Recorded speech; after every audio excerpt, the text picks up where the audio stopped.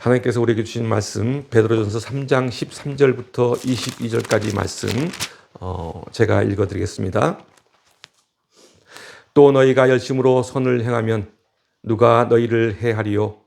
그러나 의를 위하여 고난을 받으면 복 있는 자니 그들이 두려워하는 것을 두려워하지 말며 근심하지 말고 너희 마음에 그리스도를 주로 삼아 거룩하게 하고 너희 속에 있는 소망에 관한 이유를 묻는 자에게는 대답할 것을 항상 준비하되 온유와 두려움으로 하고 선한 양심을 가지라. 이는 그리스도 안에 있는 너희의 선행을 욕하는 자들로 그 비방하는 일에 부끄러움을 당하게 하려 함이라. 선을 행함으로 고난받는 것이 하나님의 뜻일진데 악을 행함으로 고난받는 것보다 나으니라. 그리스도께서도 단번에 죄를 위하여 죽으사 의인으로서 불의한 자를 대신하셨으니 이는 우리를 하나님 앞으로 인도하려 하심이라. 육체로는 죽임을 당하시고 영으로는 살리심을 받으셨으니 그가 또한 영으로 가서 옥에 있는 영들에게 선포하시니라. 그들은 전에 노아의 날 방주를 준비할 동안 하나님이 오래 참고 기다리실 때 복종하지 아니하던 자들이라. 방주에서 물로 말미암아 구원을 얻은 자가 몇 명뿐이니 겨우 8명이라. 물은 예수 그리스도께서 부활하심으로 말미암아 이제 너희를 구원하는 편이 곧 세례라. 이는 육체의 더러운 것을 제하여 버림이 아니요 하나님을 향한 선한 양심의 간군이라. 그는 하늘에 오르사 하나님 우편에 계시니 천사들과 권세들과 능력들이 그에게 복종하느니라. 아멘. 오늘은 고난이 축복이 되는 삶이란 어떤 것인가에 대해서 말씀을 전하려고 합니다. 고난이란 무엇입니까? 내가 예상하지 못한 어려움을 겪는 것을 말합니다. 예를 들면 온갖 노력과 수고를 했음에도 경제적으로 가난하고 어려워지는 것, 그리고 또 예상하지 못한 질병으로 고통에 빠지는 것, 그리고 사회적으로 여러 가지 역경과 시련을 당하고 비천한 상태에 빠지는 것 등이 바로 인생의 고난이 아닌가 하는 생각을 해봅니다. 우리는 인생을 살아가면서 이런 여러 가지 종류의 고난에 빠질 때가 있다는 것입니다. 그럴 때마다 우리는 내 인생이 왜 이 모양인가 하며 한탄하는 사람도 있고 또는 낙심하는 사람도 있습니다. 그런데 그런 고난의 시간이 지나고 나면은 그 고난이 때로는 나에게 커다란 깨달음을 주어서 성숙한 인간으로 거듭나게 만들기도 한다는 것입니다. 오늘 본문은 베드로가 고난에 직면한 성도들이 어떤 태도를 가져야 하는지를 말해주고 있습니다. 그 본보기로 그리스도의 고난이 어떤 것이었는지를 설명하고 있습니다. 그리스도의 고난이 무엇입니까? 십자가의 죽음을 통한 용서와 사랑입니다. 우리는 누구나 인생을 살면서 나에게 상처 준 사람들을 용서하기 힘들었던 경험을 가지고 있을 것입니다. 원수를 용서하고 사랑하라는 그 주님의 말씀을 수없이 들었으면서도 때로는 그 말씀이 가슴 깊이 새겨지지 않고 귓등으로 흘려버릴 때가 종종 있습니다. 어떨 때는 나에게 손해나 상처를 주는 사람에 대해 응징하고 복수해주고 싶은 마음을 가지고 살아가기도 합니다. 그래서 그런지 우리는 영화나 드라마에서 악당을 죽이거나 복수하는 장면을 보면은 시원한 사이다를 마신 것처럼 속이 후련하고 뻥 뚫리는 기분이 들 때도 있습니다. 저는 얼마 전에 넷플릭스에서 방영한 더 글로리라는 드라마를 본 적이 있습니다. 고등학교 시절 학교 폭력으로 엄청난 트라우마, 상처를 입었던 피해자 주인공이 자기 인생을 모두 걸고 치밀하게 복수하는 드라마입니다. 이 드라마가 사람들로부터 엄청난 인기를 얻은 이유는 아마 복수에 대한 사람들의 심리를 대변해 주기 때문이 아닌가 하는 생각을 해보았습니다. 드라마에 등장하는 인물이나 정말 잘 짜여진 각본과 내용이 너무 좋기도 했지만은 강렬한 복수극이 주는 짜릿함이 사람들을 끌어모으는 원동력이 되었다고 저는 생각합니다. 아마 많은 사람들의 마음속에는 이러한 보복이나 복수 심리가 깊이 깔려 있을 것이라는 생각을 해봅니다. 그리고 사람들이 이와 같은 복수극을 보면서 카타르시스를 느꼈을 것이라고 생각해 보았습니다. 그런데 성경은 뭐라고 말하고 있습니까? 마태복음 5장 44절입니다. 나는 너희에게 이르노니 너희 원수를 사랑하며 너희를 박해하는 자를 위하여 기도하라고 말씀하고 있습니다. 그렇습니다. 나에게 상처를 주고 고난에 처하도록 만든 사람을 오히려 사랑하고 그를 위해 기도하라고 말씀하고 있습니다. 다시 말하면 그를 응징하지 말고 하나님께 맡기고 나아가라고 말씀하고 있는 것입니다. 고난을 너무 마음에 두지 말라는 것입니다. 온갖 어려움 속에서도 마음을 다잡고 여러분의 주님이신 그리스도를 경배하라는 말입니다. 그런데 오늘 본문을 보면은 이와 같은 비슷한 내용을 언급하고 있는 것을 볼 수 있습니다. 오늘 본문 13절을 보면은 열심으로 선을 행하라고 말하고 있습니다. 악을 행하는 자나 그렇지 않은 모두에게 열심히 선을 행하라는 것입니다. 이 말은 그냥 인간적인 생각으로 열심히 선을 행하라는 말이 아닙니다. 하나님 안에서, 주님 안에서, 그러니까 주님의 마음을 품고 선을 행하라는 말입니다. 본서의 저자 베드로가 왜 이런 말을 했는지 당시의 배경을 우리는 살펴볼 필요가 있습니다. 당시 하나님을 믿는 성도들은 로마 제국으로부터 온갖 수모와 핍박에 직면해 있었던 때입니다. 그로 인해 그들은 절망적이고 고난 가운데 살아가고 있었습니다. 그런 가운데 베드로는 그들을 격려하며 그들에게 소망의 메시지를 던져주고 있는 것입니다. 너희가 열심히 선을 행하면 누가 너희를 해하겠느냐라는 것입니다. 악을 악으로 갚지 말고 선으로 행하라는 말입니다. 그러면 누가 너희에게 해를 끼치겠냐는 것입니다. 그렇다면은 한번 봅시다. 선을 행한다고 박해를 받지 않을까요? 고난이 오지 않을까요? 그렇지 않습니다. 아무리 주님의 마음을 가지고 선을 행해도 우리는 박해와 고난에 직면할 수 있습니다. 선을 행하다가 박해와 시련을 당해 우리의 육체와 마음이 상할 수도 있습니다. 그러나 그러한 박해와 고난이 결코 우리의 영혼까지 파멸시킬 수 없다는 것입니다. 왜요? 그 답은 로마서 8장에서 언급하고 있습니다. 로마서 8장 35절 말씀입니다. 누가 우리를 그리스도의 사랑에서 끊으리요? 환난이나 공고나 박해나 기근이나 적신이나 위험이나 칼이라. 그렇습니다. 세상의 그 어떤 환난이나 박해나 기근이나 위험도 우리를 향한 그리스도의 사랑을 멈추게 할 수 없다는 것입니다. 다시 말하면 이 세상의 어떤 고난도 그리스도의 사랑을 이길 수 없다는 것입니다. 그 그리스도의 사랑이 우리로 하여금 그 어떤 고난도 넉넉히 이길 수 있는 힘을 준다는 말입니다. 사랑하는 성도 여러분, 우리가 세상에서 받는 고난은 그리스도의 고난으로 주어지는 사랑과는 비교할 수도 없습니다. 그 사랑이 바로 영생 구원입니다. 영생 구원은 영원합니다. 영원한 생명을 얻게 되는 것입니다. 그러나 세상의 고난은 일시적이요, 단편적입니다.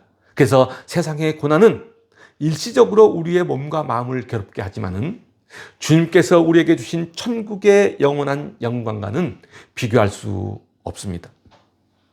그러므로 하나님 안에서 선을 행하되 낙심하거나 두려워하지 말고 끝까지 참고 기다리면은 하나님께서 큰 축복으로 보답해 주시고 천국의 삶을 누리도록 인도하신다는 사실입니다. 오늘 본문 15절을 보면은 너희 마음에 그리스도를 주로 삼아 거룩하게 하고 너희 속에 있는 소망에 관한 이유를 묻는 자에게는 대답할 것을 항상 준비하되 온유와 두려움으로 하고 라고 말하고 있습니다. 거룩하게 산다는 것은 예수 그리스도 안에서 온유한 마음과 경건한 태도를 가지고 사는 것을 의미합니다. 항상 마음속에 예수 그리스도를 모시고 그분을 생각하며 사는 사람에게 복이 있다는 것입니다. 그러면서 마지막에 온유와 두려움으로 복음을 전달하고 말하고 있습니다. 여기서 말하는 두려움이란 사람에 대한 두려움이 아니라 하나님에 대한 두려움을 말합니다. 그렇습니다. 진정으로 하나님을 두려워하는 자는 이 세상 누구도 두려워하지 않게 되어 있습니다. 왜냐하면 하나님께서 새로운 힘과 담대함을 주시고 용기를 주시기 때문입니다. 그럴 때 복음이 복음되고 말씀이 생명되어 살아나게 되는 것입니다. 복음이 무엇입니까? 복음은 세상을 구원하는 하나님의 능력입니다. 그러기에 그 복음은 자랑스럽고 영광스러운 것입니다. 그 복음이 우리 안에 생명되어 있으면 우리는 이 세상을 담대하게 그리고 용기 있게 살아갈 수 있는 것입니다.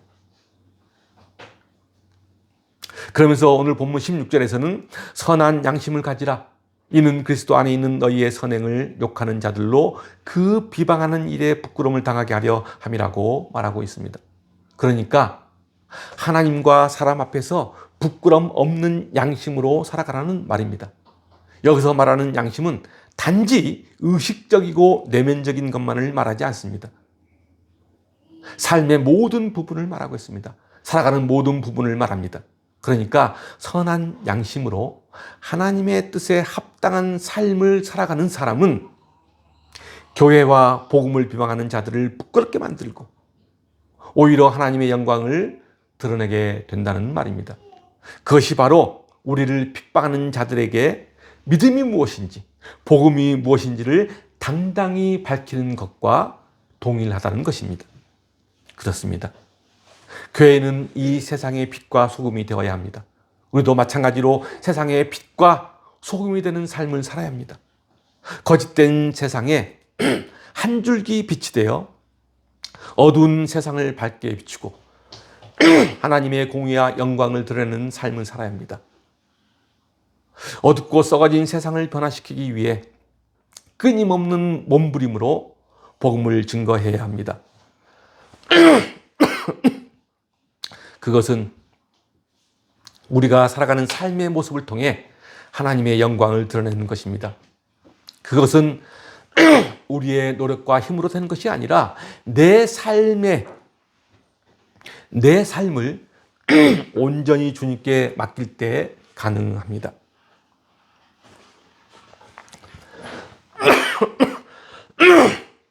다시 오늘 본문 17절을 보면은 선을 행함으로 고난받는 것이 하나님의 뜻이라고 말하고 있습니다. 이 말의 의미는 선을 행하고 고난받는 것은 하나님의 영광을 드러내고 자신에게도 하나님의 영광이 임하는 유익이 있다는 말입니다. 이 말을 더 쉽게 풀어보면 예수 그리스도의 십자가 고난을 예로 들 수 있습니다. 주님은 이 땅에 오셔서 고통받고 핍박받으셨습니다. 그 안에는 하나님의 깊은 섭리가 있습니다. 그것이 무엇입니까? 주님은 이 땅에 오셔서 고통받고 핍박받을 아무런 이유가 없으신 분입니다. 그런데 왜 고통받고 십자가의 죽음을 지셨을까요? 그것은 바로 하나님이 계획한 구원의 역사를 이루기 위한 하나님의 섭리입니다. 그 구원의 역사가 바로 십자가의 고난입니다. 십자가의 고난을 통해 이 땅에 하나님의 영광이 드러난 것입니다. 고난이 고난으로 끝난 것이 아니고 고난이 영광이 되었고 그 영광은 기쁨으로 승화되고 그리고 세상에 유익을 끼치게 된 것입니다. 베드로는 의를 위한 고난이 무엇인지를 알게 하기 위해 오늘 본문 18절과 19절에서 그리스도의 사역을 간단하게 밝히고 있습니다. 그것이 무엇입니까? 예수 그리스도는 의로운 분이셨으나 인간의 죄 때문에 이 땅에 오셔서 고난을 받으셔야만 했다는 것입니다. 그 결과 죄인이었던 우리들은 구원을 얻게 되었고 하나님께 나아갈 수 있게 된 것입니다. 18절과 19절을 읽어보겠습니다.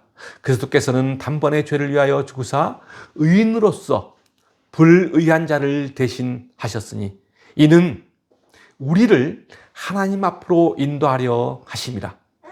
육체로는 죽임을 당하시고 영으로는 살리심을 받으셨으니 그가 또한 영으로 가서 옥에 있는 영들에게 선포하시니라. 그렇습니다.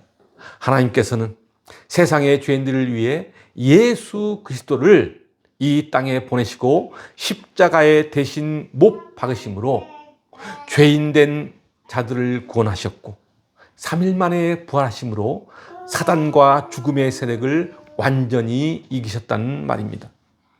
그러니까 고난 중에 있는 성도들이 예수 그리스도처럼 지금은 사단의 어두운 세력에 의해 고난을 받지만은 결국 주님이 부활하신 것처럼 우리도 죽음의 세력을 이기고 부활의 소망 가운데 살 것이라는 이야기입니다.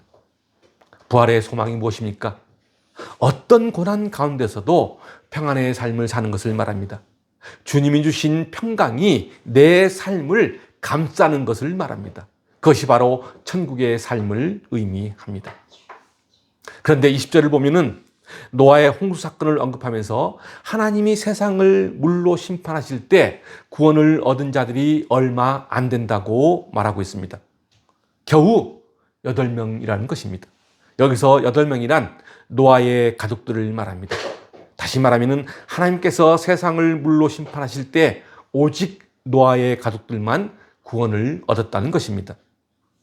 그러니까 하나님의 심판에서 구원 얻은 자는 극히 소수에 불과하다는 것을 강조하고 있는 것입니다. 그렇다면 왜 이렇게 구원 얻은 자가 소수에 불과했음을 강조하고 있을까요? 그 이유는 주님이 재림하실 때에도 이와 같을 것이라는 것을 강조하기 위함입니다. 지금 이 시대를 보면은 많은 사람들이 하나님을 두려워하지 않습니다. 아니, 세상적인 가치관에 물들어 아예 하나님을 모르고 죄의 잠에 빠져 살아가는 사람들이 너무도 많습니다. 심지어 신앙생활을 하는 사람들 가운데서도 참 믿음에서 벗어난 사람들이 많습니다. 참 믿음이란 무엇입니까? 주님의 뜻에 따라 사는 것을 말합니다. 주님과 늘 동행하며 사는 사람을 말합니다. 인간적인 생각과 자신의 뜻을 내려놓고 하나님께 자신을 맡기고 사는 사람을 말합니다. 그런 사람은 자신의 삶에서 성령의 열매를 맺게 되어 있습니다. 성령의 열매가 무엇입니까? 갈라디아서 5장 22절과 23절에서는 이렇게 말씀하고 있습니다. 오직 성령의 열매는 사랑과 희락과 화평과 오래 참음과 자비와 양성과 충성과 온유와 절제라고 말하고 있습니다. 그렇습니다. 진정한 믿음의 사람은 그 사람의 삶에서 이와 같이 성령의 열매인 사랑과 희락과 화평과 오래 참음과 자비와 양성과 충성과 온유와 절제와 같은 열매를 맺으며 살아가게 되어 있습니다. 왜냐하면 성령이 그 사람의 삶을 이끌어가고 생명되게 하기 때문입니다. 그런 사람은 늘 깨어 있어서 하나님 말씀에 귀를 기울이고 하나님의 뜻을 따르는 선한 양심을 가지고 살아갑니다. 다시 오늘 본문 20절과 21절을 보면은 베드로가 노아의 방주 사건을 언급하면서 물은 우리를 구원할 세례의 상징이라고 말하고 있습니다. 세례가 무엇입니까? 세례란 그리스도와 연합함을 의미합니다. 주님으로 인해 다시 새롭게 태어나는 것을 말합니다. 다시 말하면 세례를 통해 그리스도와 연합하기에 구원이 가능하다는 이야기입니다. 그렇다면 구원이란 무엇일까요? 구원은 위험이나 고통으로부터 구출되는 것을 말합니다. 더 엄밀히 말하면 구원이란 영원하고 영적인 승리 또는 구출이나 보호를 말합니다. 하나님 나라에 들어가는 것을 말합니다. 하나님께 나아가는 것을 말합니다. 그것은 그리스도를 통해 이루어지고 그리스도를 굳게 붙잡을 때 가능합니다. 사랑하는 성도 여러분, 우리는 인생을 살면서 이런저런 고난을 받으며 살아갑니다. 어떤 사람은 그 고난으로 인해 죽음을 생각하는 사람도 있습니다. 또 어떤 사람은 심령이 가난한 인생을 살아가는 사람도 있습니다. 또 어떤 사람은 고난으로 인해 삶의 소망을 잃어버리고 낙담하며 사는 사람도 있습니다. 그러나 오늘 본문을 보면 베드로는 그리스도께서 이 땅에 계실 때 잠시 고난을 받았지만은 그 고난을 통해 결국 하나님 우편에 오르셨음을 상기시키고 있습니다. 그러면서 고난받는 것을 두려워하지 말라고 말하고 있습니다. 고난을 두려워하지 않는 비결이 무엇일까요? 그것은 바로 세상을 바라보지 않고 오직 그리스도만 바라볼 때 가능합니다. 세상 것에 취하지 말라는 이야기입니다. 사랑하는 성도 여러분, 하나님이 일하시도록 하나님께 내 자신을 맡겨 보십시다. 하나님께 의지하는 사람은 고난을 고난으로 바라보지 않는 능력을 소유하게 될 것입니다. 그럴 때 나에게 닥쳐온 고난은 결코 두렵지도 않고 세상을 바라보는 시선 또한 달라질 것입니다.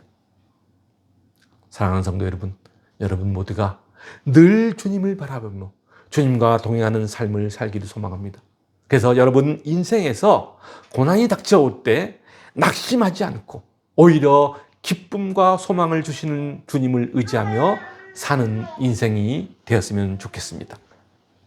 여러분 모두가 고난이 축복이 되는 그런 인생이 되길 주님의 이름으로 간절히 축원드립니다.